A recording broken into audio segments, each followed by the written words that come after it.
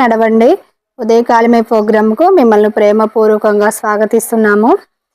మొదటి కొరింథీయుల పత్రికలో 13, 14 మరి అధ్యాయాల్లో ధ్యానించుకుంటూ వెళ్ళినప్పుడు పౌలు భక్తుడు అంటున్నాడు, ప్రేమ కలిగిండుటకు ప్రయాసపడుడి.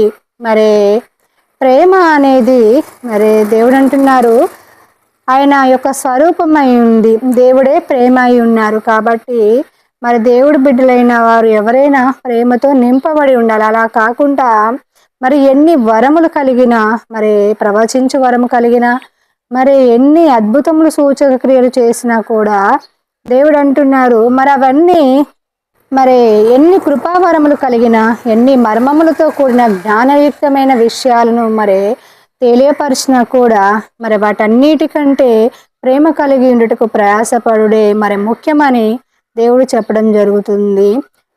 ప్రవచన వరమైన నిరార్థకం అవుతుందేమో, మరి మర్మములతో కూడిన విషయాలన్నా నిరార్థకం అవుతాయేమో, జ్ఞానయుక్తమైన ఆలోచనలు నిరార్థకం కావచ్చేమో, కానీ ప్రేమ కలిగి ఉన్నప్పుడు అది నిరార్థకం కాదని, శాశ్వతంగా నిలిచిపోతుందని పౌలు భక్తుడు చెప్పడం జరుగుతుంది.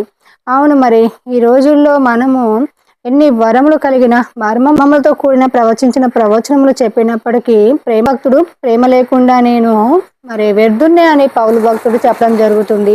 ప్రయాసపడాలి, ప్రేమ కలిగి ఉండుటకు మరి ప్రయాసపడాలంటే దీర్ఘకాలము దీర్ఘకాలము సహించాలి, మచ్చర పడకూడదు, డమ్మములు చూపకూడదు, మరి దీర్ఘకాలము సహించాలి. మరి అంతేకాదు దుర్నీతిని మనసులో ఉంచుకోకూడదు. ఇలా మరి దేవుడి బిడ్డలైన మరి ఈ రోజుల్లో అంత్య దినాల్లో ప్రేమ చల్లారిపోతూ ఉంది. దేవుడి బిడ్డలలో కూడా మరి ఈ ప్రేమ అనేది చల్లారిపోతూ ఉంది. కాబట్టి అన్నిటికంటే విలువైనది మరి దేవుడి బిడ్డలమైన మనము అన్నిటికంటే విలువైనది పరిపూర్ణతలోకి మనం రావాలంటే ప్రేమ కలిగి ఉండడానికి ప్రయాసపడాలి.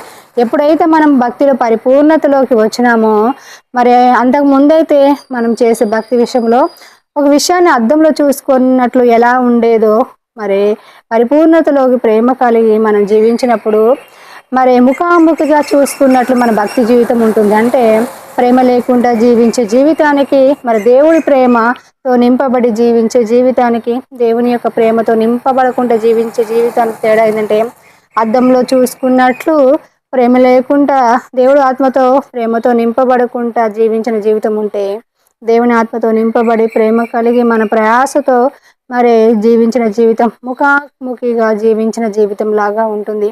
కాబట్టి మనం దేవుడి బిడ్డలమైన మనం పరిపూర్ణతలోకి రావాలని అపోస్తులుడైన పౌలు కొరింథీ పత్రికలో రాయించడం జరిగింది.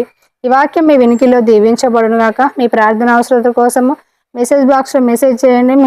మా అనుదిన ప్రార్థనలో జ్ఞాపకం చేసుకుంటాము. వాక్యం మీ వినికిలో దీవించబడును గాక. ఆమేన్.